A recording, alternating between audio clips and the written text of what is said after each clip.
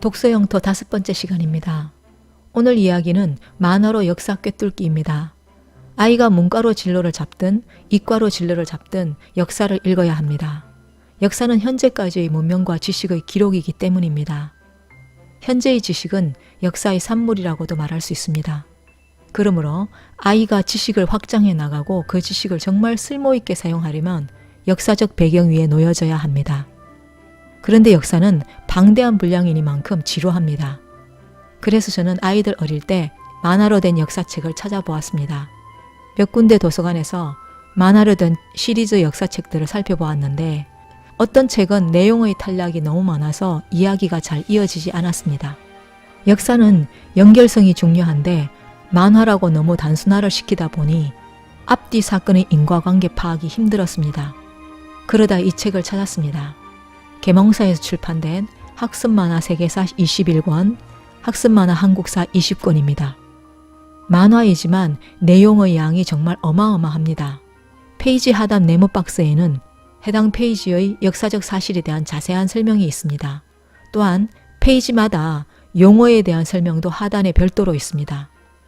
책 뒤쪽 학습 자료관에는 해당 책의 역사적 사실에 대한 부연 설명들이 있습니다. 만화가 아닌 일반적인 역사책과 비교해도 내용의 양이 부족하지 않습니다. 책 말미에는 기억 니은 순으로 주요 항목 찾기가 있어서 궁금한 내용들을 찾아보기도 쉽습니다. 저는 어떤 역사적 사건이 궁금할 때면 주요 항목 찾기를 즐겨 이용했습니다. 이 책은 마치 역사의 백과사전 같습니다. 역사에서 어떤 부분이 궁금하면 이 책을 찾아보면 다 나옵니다. 그런데 같은 내용을 일반적인 역사책에서는 찾을 수 없는 경우도 있었습니다. 옛날에 이 책을 구입했을 때는 하드 양장본으로 되어 있었는데 요즘은 소프트한 급표지로 나오더군요. 학습만화 세계사 12권 73쪽에서 77쪽까지 있는 계몽주의 사상에서 백과사전 발간에 관한 에피소드를 한번 보겠습니다.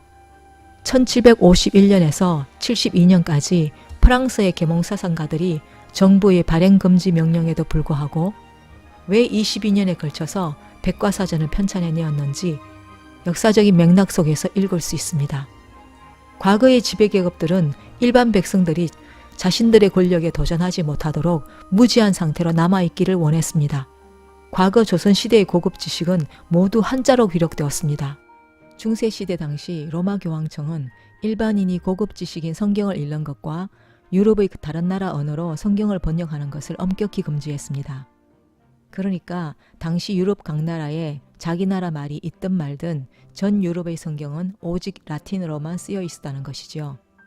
영국의 학자 윌리엄 틴들은 성경을 영어로 번역했다는 죄목으로 체포되어 1536년 10월 6일 화형을 당했습니다. 그 모든 것은 일반 백성들이 지식의 세계에 접근하지 못하도록 지배계급이 둘러쳐놓은 높디 높은 장벽이었습니다. 옛날이나 지금이나 지식은 막강한 무기입니다. 백과사전 편찬은 지배계급의 바리케이트를 무너뜨리고자 했던 노력인 동시에 지배계급이 독점하고 있었던 고급 지식을 일반 백성에게도 문을 열어주려고 했던 것이죠. 역사는 고급 지식입니다. 아이들이 읽게 해주세요. 고급 무기를 갖게 됩니다. 역사는 너무나 다이나믹한데 글로만 쓰여진 역사책들은 너무 평면적이어서 역사의 엄청난 힘이 잘 전달되지 않습니다. 만화로 된 역사책이 좋은 점은 만화라는 도구를 통해 역사의 격동이 고스란히 느껴진다는 것입니다. 아이와 함께 이 책을 여러 번 읽었습니다. 또 자꾸 잊어버리니까 궁금하면 자주 찾아보고 했습니다. 역사는 작정하고 공부하면 너무 힘듭니다. 진작에 어릴 때부터 읽어놓으면 지식 확장에 있어서 힘있는 발판이 되어줍니다. 오늘은 여기에서 이야기를 맺겠습니다. 독서 영토 5번째 시간에 와주신 모든 분들께 감사드립니다.